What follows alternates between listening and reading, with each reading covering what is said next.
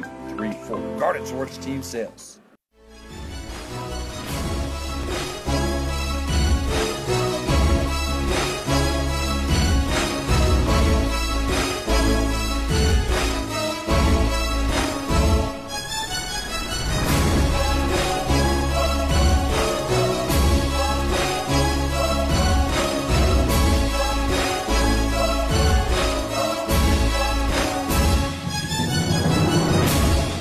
Good morning, everybody. Welcome to RedMenace TV here on Proview Networks. Leroy Lucero along with Michael Carlisle. What's up? How you doing, my friend? I'm good, man. I'm doing awesome, awesome. Well, I have to start off this week You sure do.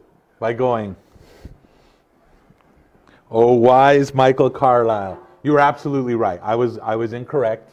You were absolutely right. Whatever are you talking about, I'm talking Leroy? about Colin Kaepernick. Colin Kaepernick. Colin Kaepernick being the starter for the 49ers almost every game last year. Well, no, it was 2016 his last year there. Sorry, you're right. The debate was you said he didn't play at all. He played 12 games. No, I said he didn't start at all. Yeah. He didn't start them all, and Yeah. I was wrong. I think there was a game where they tried to replace him, and then the guy that was going to replace him got injured, if I'm not mistaken. I could be wrong. I believe it was the exact opposite of that. The first game he played, he came in. Is that what and it was? started there. Okay, So all right. I think that's the way it was. Okay, Yeah. I know that someone was injured, and Yeah. anyway, I just wanted to acknowledge the fact that you are the all-knowing genie in a bottle. That's a big bottle. For those that remember the great Kreskin, that is you. All I need is a simple, you were right, I was wrong. That's all I want to hear right now. You were right, and I was incorrect. No, wrong. Wrong. Okay. Say it all at once, please. Go ahead. We got time. This is the beginning of the show. Go ahead. Michael Carlisle was absolutely 100% correct, and Yeah. I was wrong. You like that? Is that do. good? Thank you. All right. I do want to start off with a little bit of Colin Kaepernick news. Colin. Yeah. What did I say? Colin. Okay.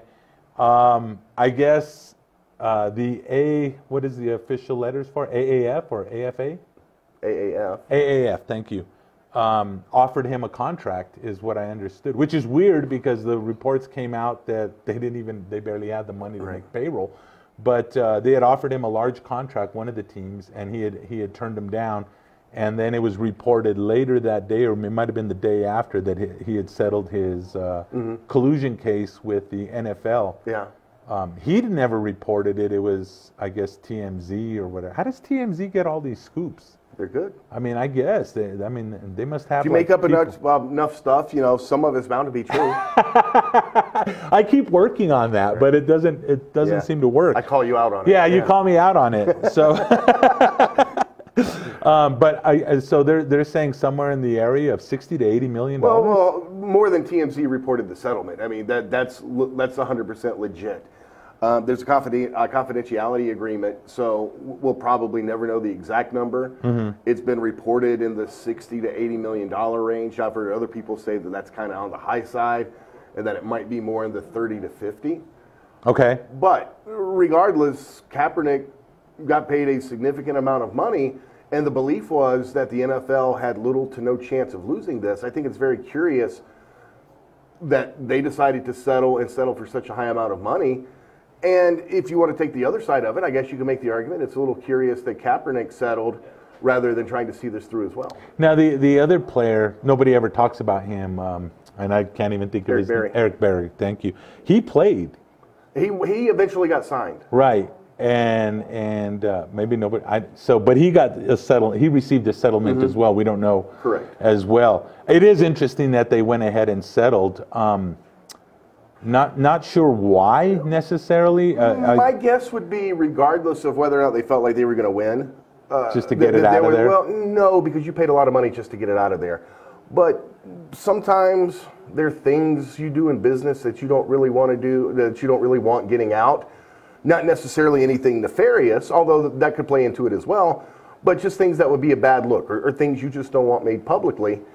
But yeah, it's interesting because if you're going to settle, you think you'd settle closer to the beginning than the end. This thing was getting ready to go before the arbitrator, who would listen to both sides and then render a verdict.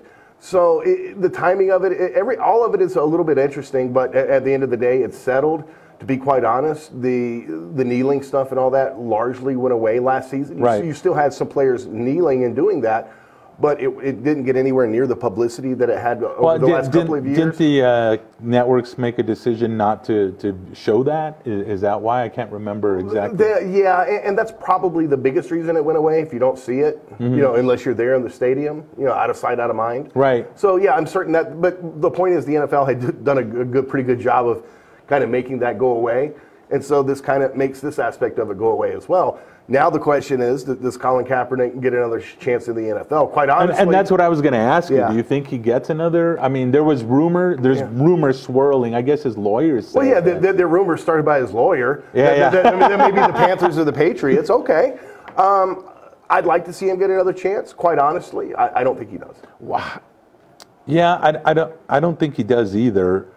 Maybe if for no other reason, he hasn't played since 2016. He's been right. out of the league a full 2 3 years. It'll be 3 years. Yeah, this will be the third season that's coming out. Honestly, I don't think he does. If he hadn't gotten a chance up to this point, when teams are going out and signing Mark Sanchez and Josh Johnson, and Nathan Peterman has a job, and look, not ripping on any of those guys, but worst case scenario, Kaepernick is as good as they are, and quite frankly, probably better, especially at Sanchez's age. Josh Johnson hadn't actually taken a snap in the league since 2011, although he had been on some teams. But he hadn't gotten the chance up till now, even with all this settled.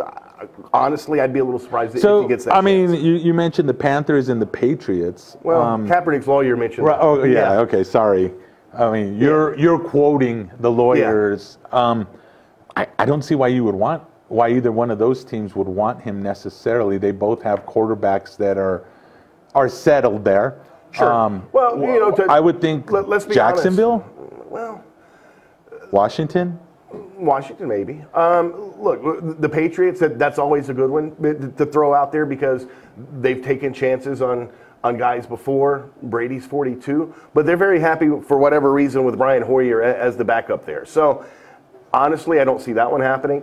The Panthers, I think, gets thrown in there because Kaepernick's a mobile quarterback. Cam Newton's a mobile quarterback. Newton's coming off surgery.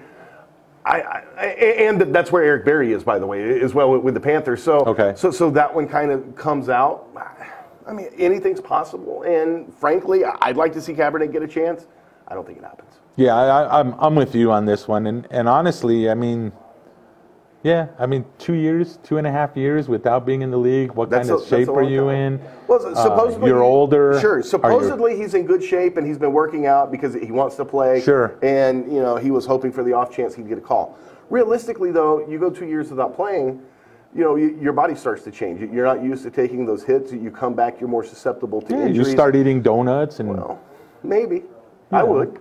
Well, I mean, let's face it. I mean, for those of us that don't play at the professional level, obviously, we've heard of people talk about it being like an auto wreck. Mm-hmm. Every collision being an auto wreck, the pain and all that stuff. I mean, the body's just not used to that unless you constantly working. You take 2 years off of that. That's kind of tough to come back and not just game shape, even just the practice part of it.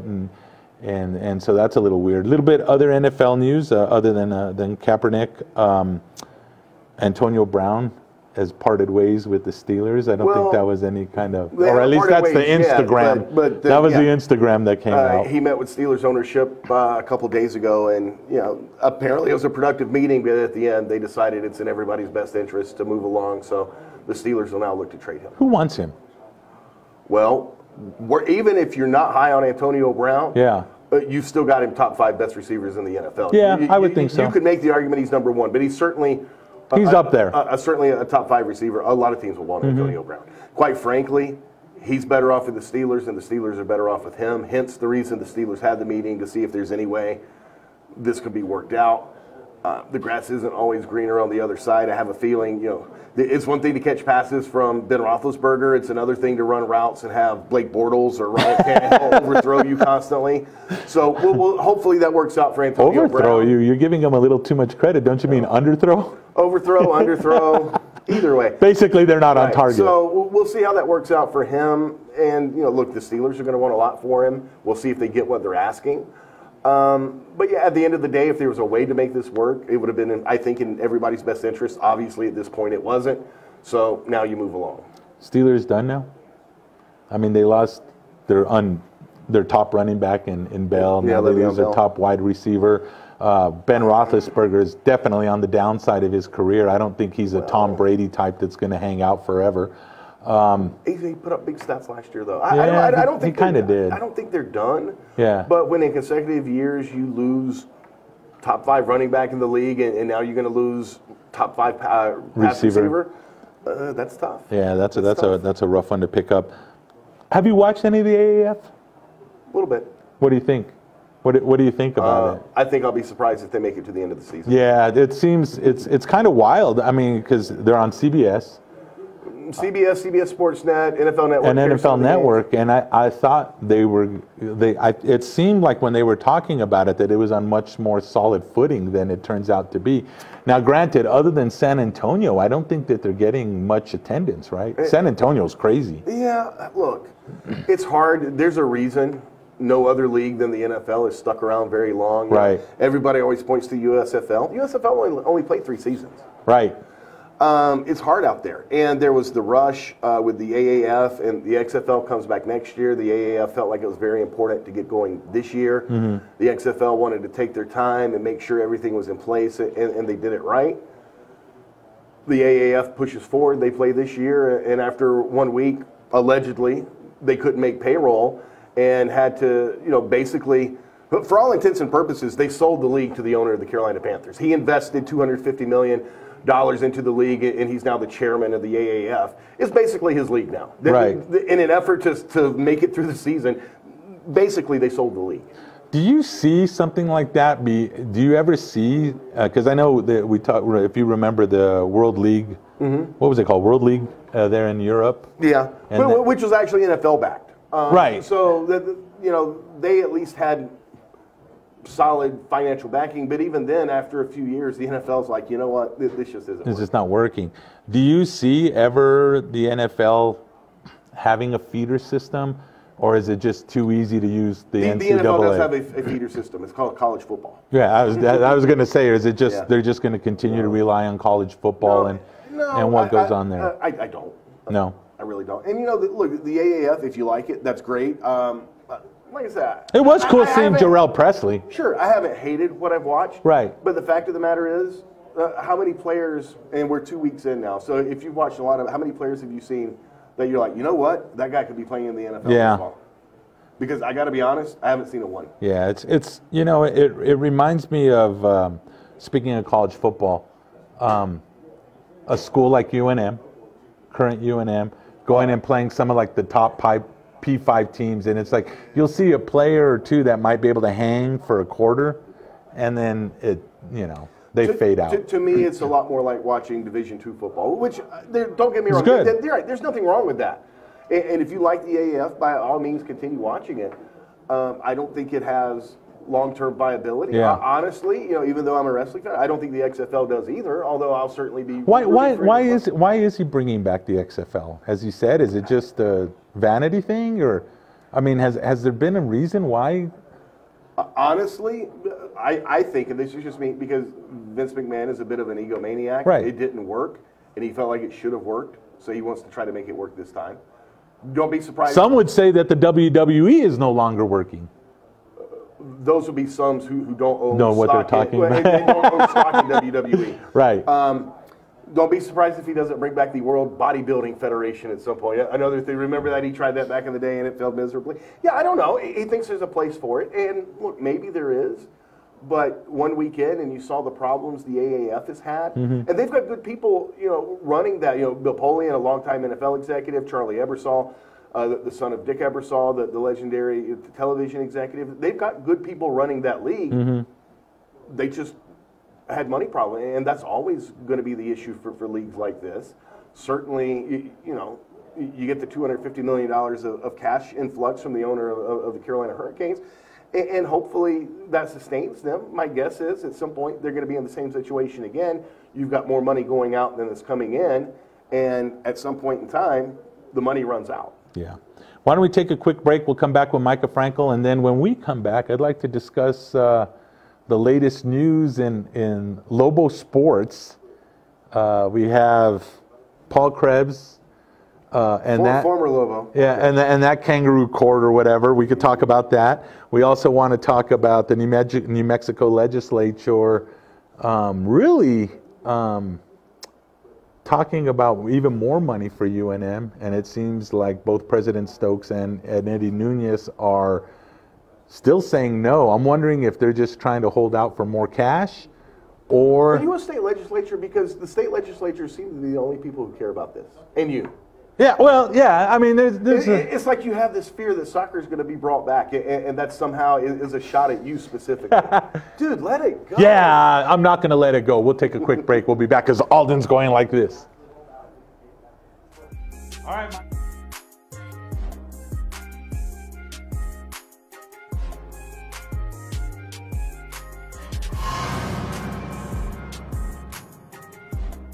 Going 5 points opening half. A long three for Sutphin off the window.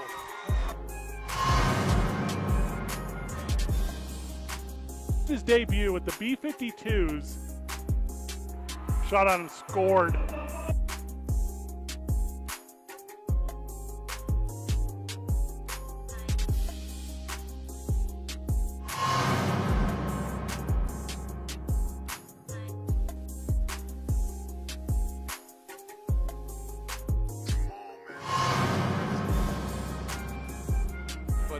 Here comes Ramos, and he uses his...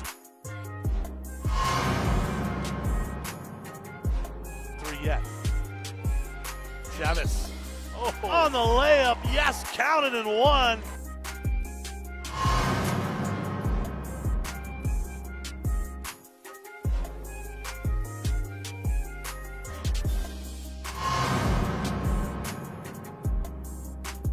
Get here.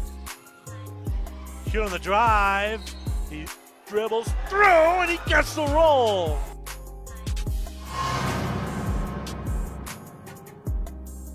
Yeah, I mean, they get into the front court. Crawford, Marcus on the drive. Sutphin's gonna lay it all the way in down Main Street. And the timeout for Sean Jimenez.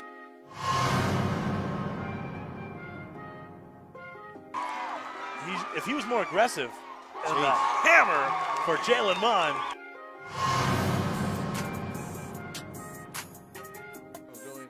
Look at this backdoor cut.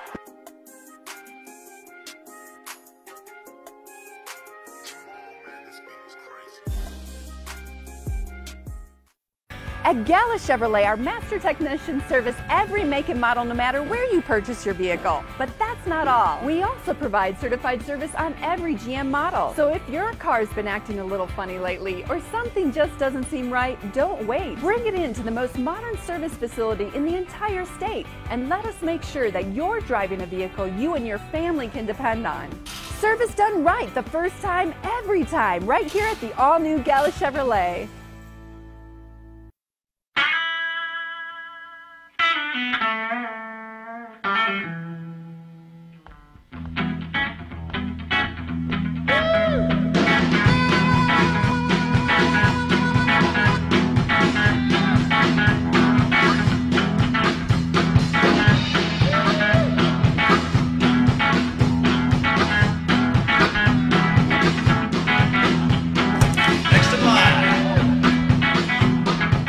Crafters, proud supporter of Proview Sports Network. Are you sure we're supposed to be doing this? Don't worry, I've watched him do it 1,000 times. Come on, what's the worst that can happen? No! Bad dog! Hi, welcome to Car Crafters. What happened? Don't worry, we'll make it like it never happened. Car Crafters, it's like it never happened. Don't sacrifice quality of flavor when you're in a hurry. Golden Pride offers ribs, fried chicken, green and red chili breakfast burritos, and Frontier Cinnabons. 4 great locations, or visit us online at goldenpride@abq.com. Golden Pride Barbecue Chicken and Ribs, proud supporter of Proview Sports Network. Sadie's is a proud supporter of New Mexico high school sports and athletics, and we here at Proview Networks would like to thank Sadie's for their continued support in helping us bring you all of your New Mexico high school sports coverage. The Barley Room, proud sponsor of Proview Networks for over 9 years, is pleased to introduce Black Iron Catering. From weddings and family reunions to birthdays and office parties, Black Iron Catering is perfect for any event. Contact Jamie at 505-459-8259 and book your event today. Black Iron Catering. Let us bring our kitchen to you. This is Coach Borrego of the Charlotte Hornets. Hello to all you parents out there in Albuquerque, New Mexico. I want to congratulate 38 years for the AYBL. You guys are doing a great job. You've shaped a lot of lives, young men and women, and you'll continue to do that. Parents, get involved, sign your kid up. It's a great program. It helped shape who I am today, helped shape me as a basketball player, as a coach. So get out there, sign them up. Have a great season. Good luck to everybody.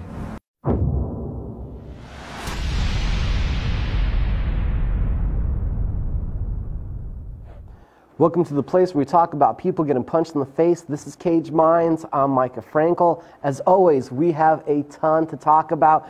So Alden, as soon as you can, let's roll the highlights. I mean, there were some great finishes this weekend across the world of combat sports.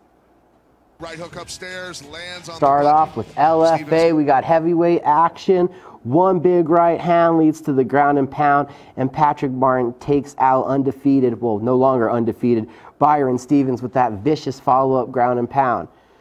Dakota Bush gets to the back of Jordan Hinman. Hinman had started the grappling and gets put to sleep in the exchange. Darius Flowers has vicious knockout power. That was a flatten. We go up to the main event. Ingliskus versus York for the light heavyweight title. Ingliskus takes down the wrestler. York tries to get up, but gives his back, and the rear naked choke is slapped in. The title is vacant no more. Austin Vanderford makes his Bellator debut, is able to get the fight to the ground, and from the back actually works around to get the head and arm choke finish. Mike Kimball, vicious knockout artist, took the fight to the ground, and that did not work out against John Duma. Juma, the submission specialist, slaps in the triangle. And then Taekwondo master Valerie Lodordo makes her debut, showing off that striking mastery in getting the finish. Here's a real quick highlight of Vitaly Minakov taking down Chet Congo. Congo won the decision. We'll jump over the boxing world. Rob Bryant and Brosnanov. Title fight there, big stoppage. We'll move over across the world to one championship, get some Muay Thai action. Show you guys this because Muay Thai will be coming to Albuquerque. April 20th, the Route 66 Casino will be hosting lion fights. So just in case you've never seen high-level Muay Thai, enjoy some of last weekend's action from Malaysia, where the one Super Series featherweight title was on the line. Definitely, if you've never seen Muay Thai, this is a different style of striking than what you're used to. Vicious, the beauty of the art of 8 limbs, where you're able to use those knees, elbows, and punches. Again, April 20th, action like this will be available for you to see live at the Route 66 Casino. Go back to the boxing ring. Joshua Greer gets a knockout. It was a body shot. That right hook was devastating. We jump real quick over now to the UFC. Manny Bermudez takes down Benito Lopez. Lopez got caught up trying to get up. Darce choke slipped in the finish.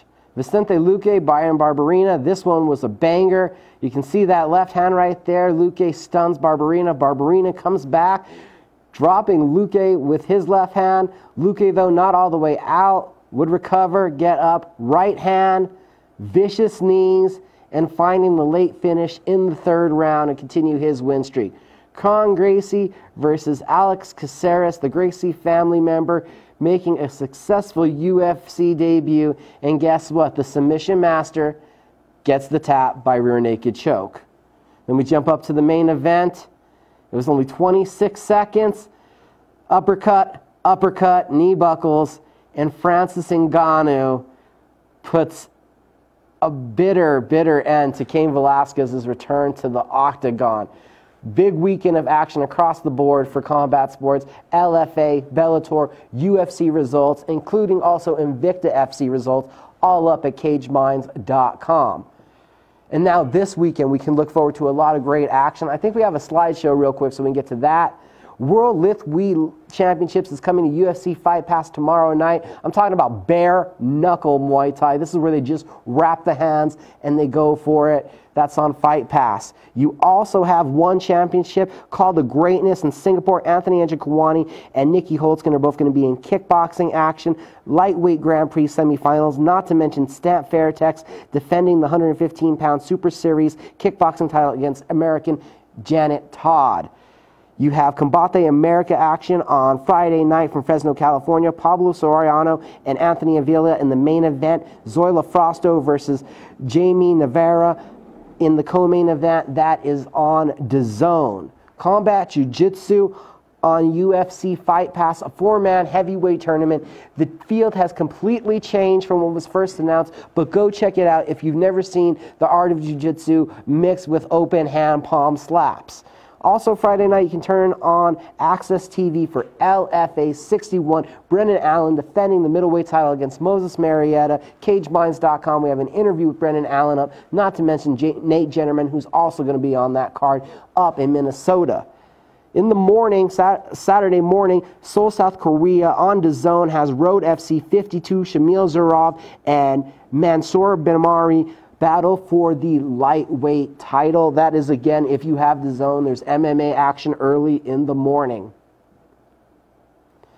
Same thing, early in the morning, Saturday, UFC on ESPN Plus 3, Jan Blachowicz, Thiago Santos in the main event, Stefan Struve versus knockout artist Brazilian Marcos Rogério de Lima in the co-main event, and Albuquerque's own John Dodson versus Peter Yan. That is all on ESPN Plus. A great card to check out there as the UFC debuts in Prague, the Czech Republic. You got Bellator action also Saturday night, Bellator 217, Dublin, Ireland. James Gallagher versus Stephen Graham, and not to mention a whole bunch of the SBG crew will also be in action. That card on DAZN. Also on DAZN, you got Brandon Rios versus Humberto Soto. That's 35-4 versus 68-9-2 from Tijuana, Mexico. Also in the boxing ring on FS1, you got Anthony Darrell defending his WBC super middleweight title against Avani Yildirim. That is in Minneapolis, Minnesota. Locally, USA Boxing has an event in Santa Fe, Unfinished Business. Proud to be a sponsor of this event. Get out there and check it out if you're able to. If you want to see some MMA action locally this weekend, Buffalo Thunder host the Jackson's MMA series. Jerome Rivera, our guest from last week, against Gene the Kid Perez. We got a ton of interviews up at CageMinds.com, including Jerome, Gene, Caleb Ramirez, and a bunch of others. Not to mention on Fight Pass, Sunday morning, Muay Thai World Grand Prix from France starts. The Art of 8 Limbs, talking about it a lot. I'm telling you, you got to check out some Muay Thai action. Now we can transition over to welcoming our guest this week. He was on UFC Fight Pass and successful in the main event of Alaska FC 145 last week. Training out of the Jackson Wink Academy, Tevin Dice. Thanks for being here, sir. Thanks for having me, man. Thank you. So, New York is where you're born and raised. Yes, you're sir. training here in Albuquerque, New Mexico. How are you fighting in Alaska? Man, that was a crazy. My roommate Tyler Milner is from Alaska. He set it up for me, and it's on Fight Pass. So I said, hey, good opportunity. Let me go out there and kick some butt, and everything went to plan again. Went to plan again. You're a grappler by nature. Got the first round submission. Tell us about the fight, how that one played out. It was a good game plan. I wanted to strike more, but I felt like my comfortability is my grappling. I feel like once it goes to the ground, I could submit anybody at 125, and even maybe 135. I've been grappling since I was 13, so to me it's like second nature.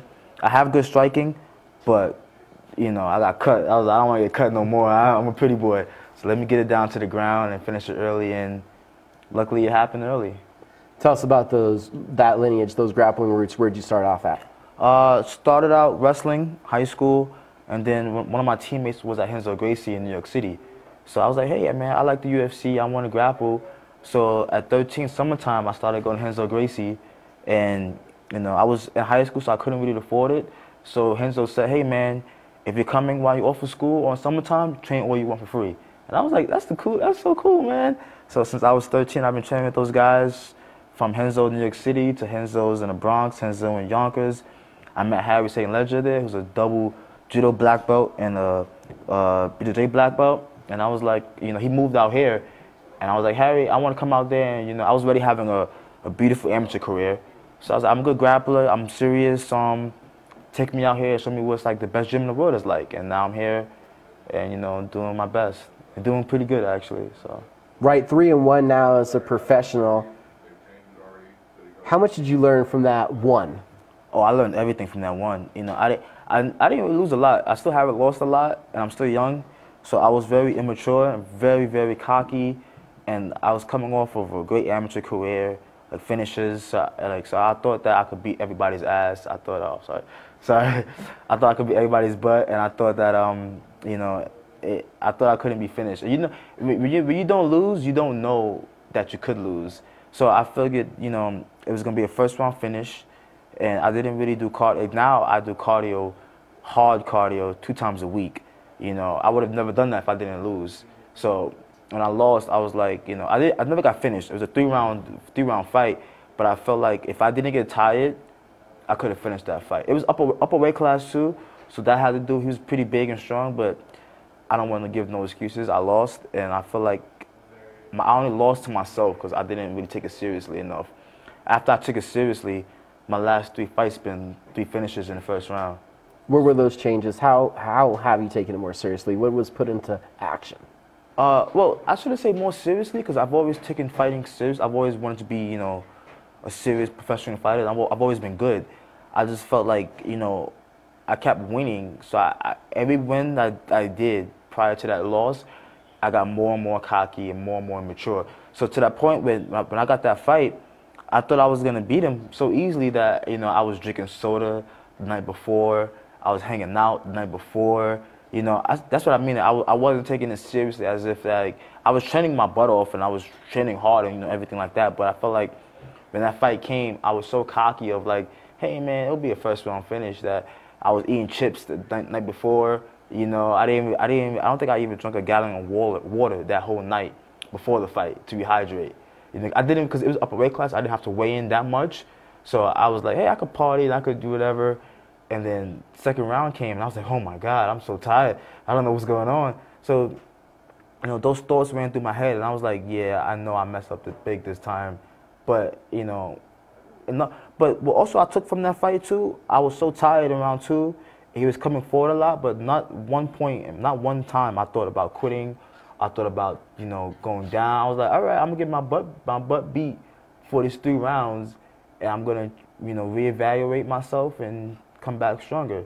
And then, you know, I've never been a quitter in my life, so I've always taken like losses as lessons. And after that loss, you know, I took 3 lessons and won every lesson since. So it's pretty good.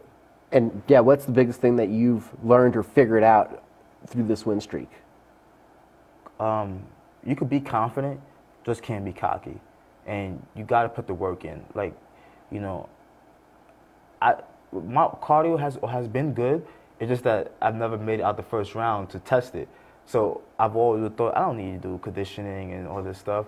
But thank goodness the guys are athlete ready. Jared, you know, Kirk and Roman, they put me through grueling sessions. So now I feel like I could go 15 minutes hard. You know, I could go, you know, 25 for a title fight hard, because I know how to like breathe. I know how to relax. I know how to, you know, push myself. Before, I was a young fighter with just early finishes, didn't know, okay, when it goes to the deeper rounds, how can I be? You know, you don't really have that confidence of your cardio because you don't know. Now I feel like if it goes to the 3rd round, I'm still going to finish you as I would in the 1st round, you know. And where are you at in the progression of becoming comfortable with your striking? Again, grappling for so long, and we saw in this last fight, you saw the opening, you took it to the ground, you found the finish, but how comfortable are you with the striking realm now? That's the thing. I'm very comfortable striking. You know, I like striking, and I'm comfortable. I'm not like a grappler who's like the guys that can't strike. Like, I have beautiful striking. I've been working with Frank Lester. My first ever Muay Thai coach is one of the best Thai coaches in New York City, Primo Bellarosa. He's an amazing coach. So I've always had you know, I've always looked for the best training. Like, that's one thing about me. If it wasn't the best, if you wasn't a good coach, I've never trained. I've never invested my money and time in you. So I've always picked the best coaches for my boxing and Muay Thai. So I learned faster than the normal grappler would. So on the feet, as you can see my fights, I look pretty comfortable on the feet and stuff, but I don't like getting hit, man. Nobody likes getting hit. Nobody likes getting hit. But after a while, it's like, why am I doing this? I'm very good on the ground. I don't have to do this. So that's where it comes from, of me, like, you know, I'll stand with you, but if I feel like I'm getting hit and you're getting hit, but I'm getting hit too, and I'm getting hit too much, I'm like, yeah, we'll go to the ground, and I don't got to get hit no more. Is that almost a sense of maturity, recognizing your strength and attacking a weakness if you see it? Yes, very much so. Because when I was, when I was like cocky, I'd be like, oh, you can't beat me in the feet. I could beat you anywhere. But you gotta realize, you know, you're not good everywhere. Like I'm a good grappler, and that's like my main base. So usually in a fight, I'm gonna have the edge. I feel like most of my fights with these people that I face at this weight class and at this, you know, division, I'm gonna have the advantage of high level grappling. I'm gonna submit you either wherever it comes from. So why even test the waters of, you know, even if it's even on a striking, why even test it if I could just, you know, blow you out of the water on the ground? And you talked about having the advantage in the weight class. And we know that your weight class right now and where you've had the win streak, it's been 125 pounds, undefeated there.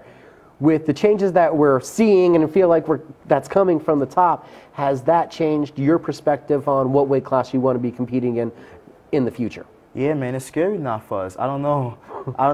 My dream, I'm only 24. The UFC started in 1993. So, you know, I've pretty much grown up watching the UFC my whole life. So every flyweights dream, like mine, is I want to fight in the UFC. I want to fight. All my friends are in the UFC. I'm like, man, I want to fight in the UFC, you know what I'm saying? So I personally feel like they're not going to cut it because they're still signing new fighters. They're still making flyweight fights. And we have a good champion now, Henry, who's actually getting, you know, well-known, and people like him now. So I don't think they're going to cut it. I hope they don't. And I've been thinking about it a lot. There's always ONE FC and Brave, Combat the Americas.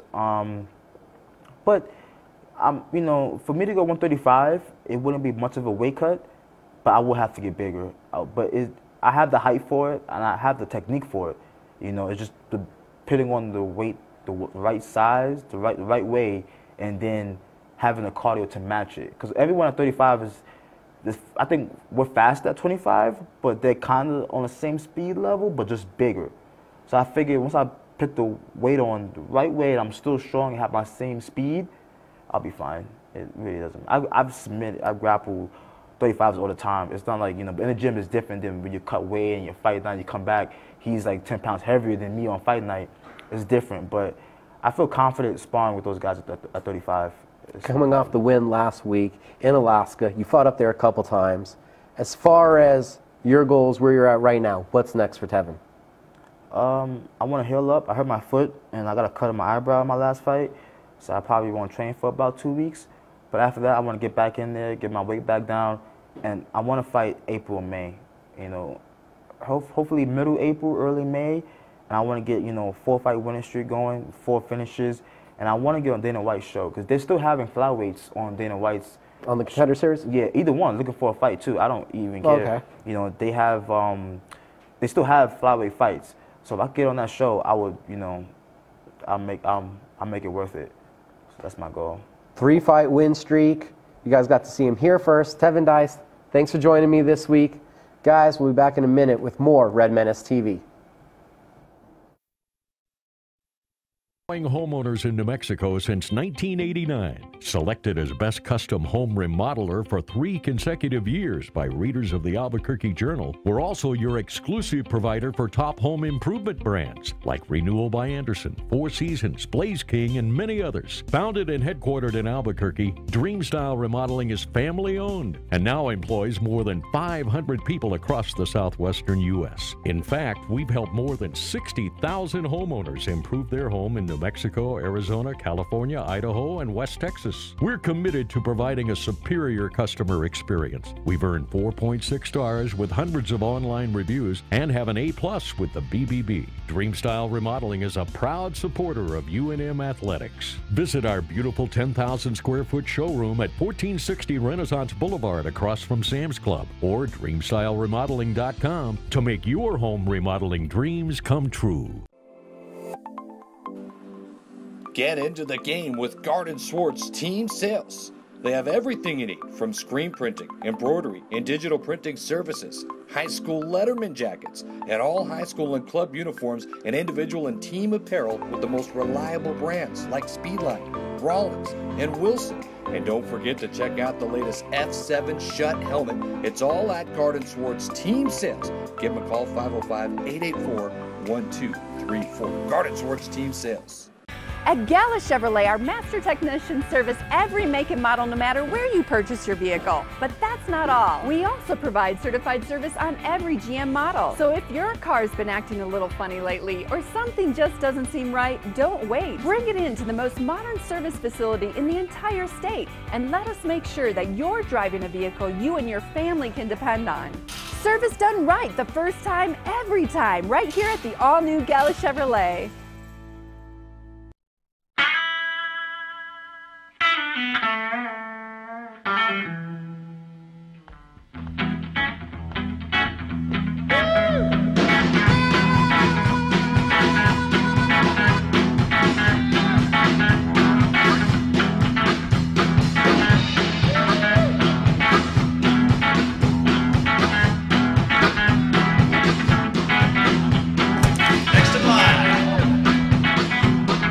Sadie's is a proud supporter of New Mexico high school sports and athletics, and we here at Proview Networks would like to thank Sadie's for their continued support in helping us bring you all of your New Mexico high school sports coverage.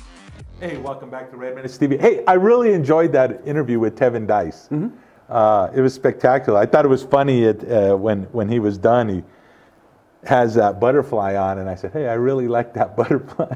It gives it a whole new effect. He goes, I don't. Well, yeah, I mean, he got busted open. Yeah, he said he actually heard the skin break. Yeah. Yeah, that's probably not a pleasurable sound, right? You ever experienced that? Hearing skin break? I've had skin break, but I've never heard. I couldn't say I've ever heard it. Would you like to? I don't think you could do that, Michael. I probably Come on could. now. Come on now. He's fast, quick, and strong.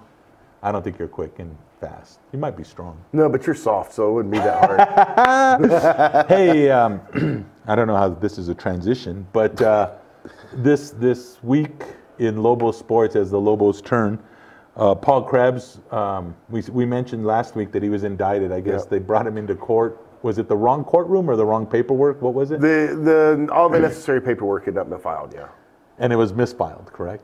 The correct paperwork had not all been filed. That's all I know. Yeah. So this is the second clerical error in this, because wasn't when the indictment first hit, wasn't it like the wrong courtroom? Supposedly, yeah. They filed it in the wrong court. It's almost like, are they taking this seriously or not taking it seriously, or is it just like? My guess would be stuff like that happens a lot more than you think. Yeah.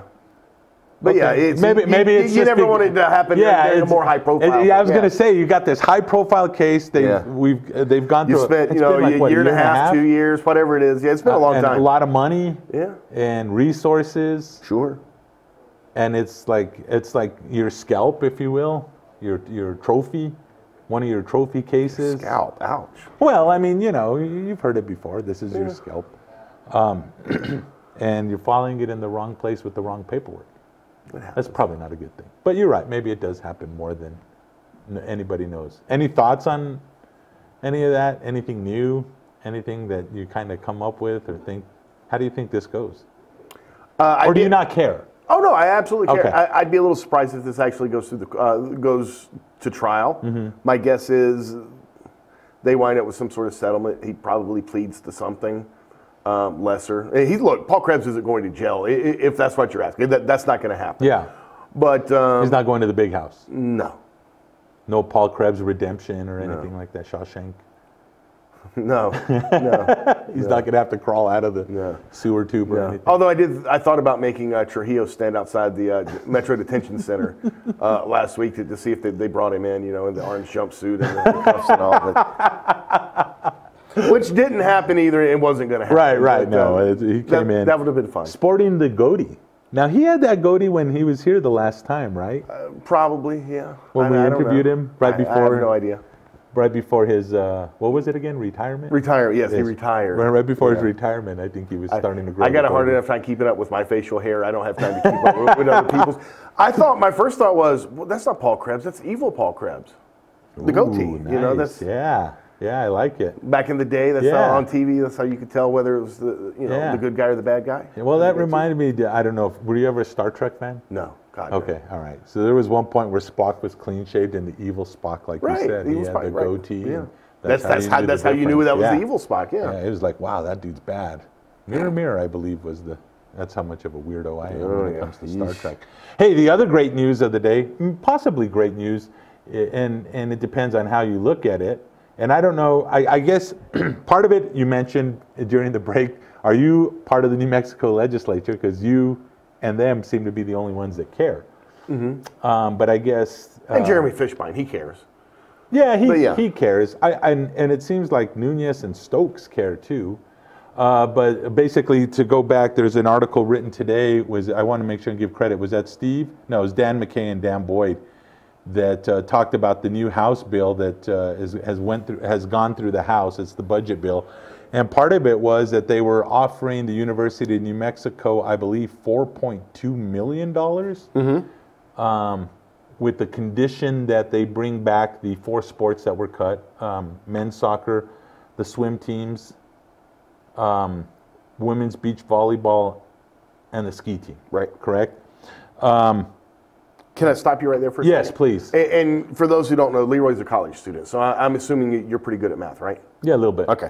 UNM was asking for $4.1 million. Right. Which did not include bringing back any sports. Right. So the legislature is offering $4.6 million. Oh, I'm sorry, it's 4.6. Right, which is $500,000 more than what the Lobos are asking. Right, but they have to bring back. But on the condition that they bring back those 3 sports. And if they don't bring back those 3 sports. It's 4 sports, isn't it? Well, no, it's 3. Well, the ski team's 1. Okay. But yeah, there's a men's and women's component to that. So the state is offering $500,000 more, and oh, by the way, that doesn't include, the funding UNM would have to come up with to fund those sports, and it also doesn't come up with the money you would need to improve facilities for women's beach volleyball, which quite frankly would be building facilities for women's beach volleyball, and the adding of another women's sport to be Title IX compliant. Look, I've got no problems bringing back these sports. I really don't. But to have it tried to be forced, it seems like a little bit of overstepping bounds. And by the way, you make this big deal about, well, this would be giving you more money than you're asking for. Yeah, but it's not enough. No. And I think in this article in the Albuquerque Journal you can read today, Nunez talks about, well, we still have to cover the 1.6 million shortfall that we had last year. This doesn't even go towards that. Right. So you're talking even less money. And it correct me if I'm wrong, which I know you're more than happy to do, which happens, I guess, quite a bit. Sure. Oh, Michael, Carla. It's all right. Anyway, correct me if I'm wrong, but it almost seems like the way it's written in the paper that the legislature is saying, well, if you don't take this money, you're not getting anything. Is that kind of seem like the essence of the article? Yeah, that's it. You get this money, but you got to bring back those sports. If you don't bring back the sports, you don't get squat. You're not getting more state money from this. Yeah. Right. And that's what I have a problem with. Look, I'm fine if ultimately something's decision is reached, a compromise, whatever, and you bring back those sports. I think that's great. That's great for the student athletes. It's great for the coaches. But you can't force. Well, if you do it right, you can't force them to bring it back and not give them the proper funding to maintain those sports. The way I read this and understand this, you're forcing them to bring it back, but you're not giving them adequate funding for those sports. Right, exactly. But it sounds good because you're throwing out big numbers and, hey, we gave you $500,000 more than you asked, even though it doesn't cover the thing before. Trying to get the quote from President Stokes that I think was really I don't want to paraphrase. I'd like to do a direct quote, but oh, okay.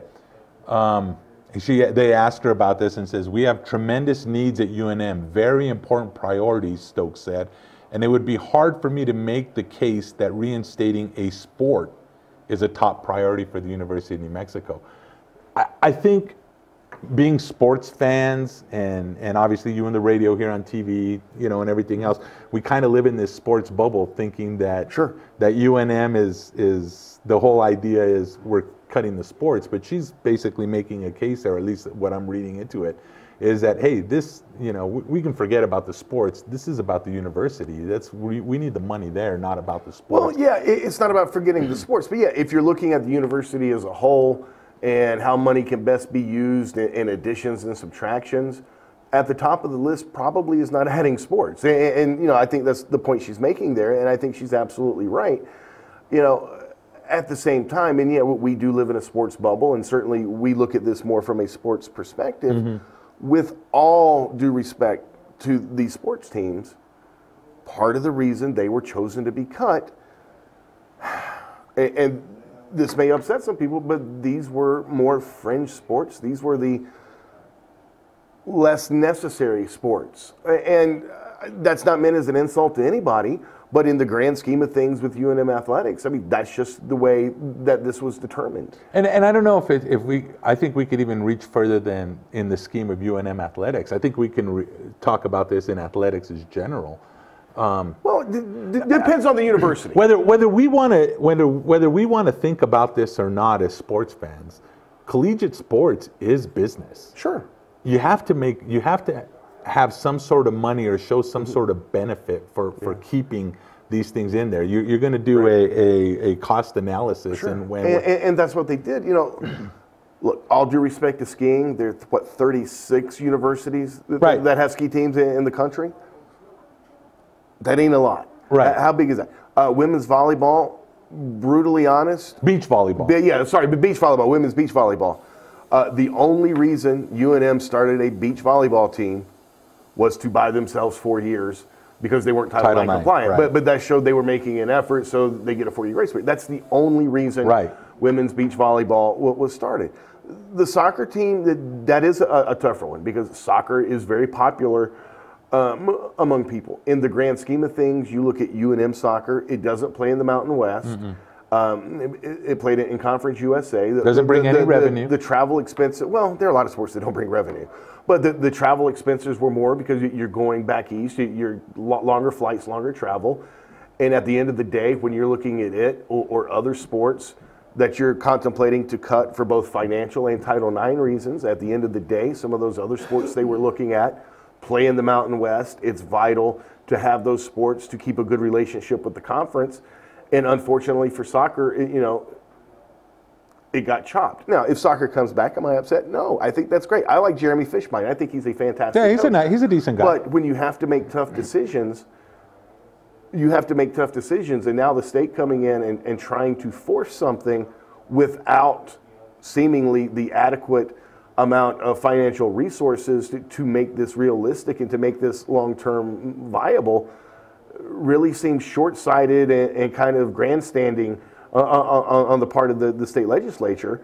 And ultimately, if they're successful in forcing this the way it currently is, it solves nothing for UNM. No, in fact, I think it's a pathway of destruction. Mm-hmm. Absolutely. I think at that point, once the year or 2 years is up that it's still not funded, UNM still has to make a decision in a year or two of once again cutting the sport. But now you're going to have more debt, you're going to have more problems, and maybe this time you don't have the oil and gas money that you have right now to cover that. And then it's just a whole new mess. Look, there's no doubt. I mean, we've been through sports cuts here at UNM before, but there was no Twitter and Facebook and internet then. There was no social media then. So when they cut it, it was like, and gymnastics was a quality program at UNM, very quality. Probably as good, if not better, than soccer is thought of today. But they made the cut, and it was like, okay, it's cut. All right, nobody goes to go see it. Very few people, I shouldn't say nobody. Very few people went to see gymnastics. Very few people have gone to see soccer.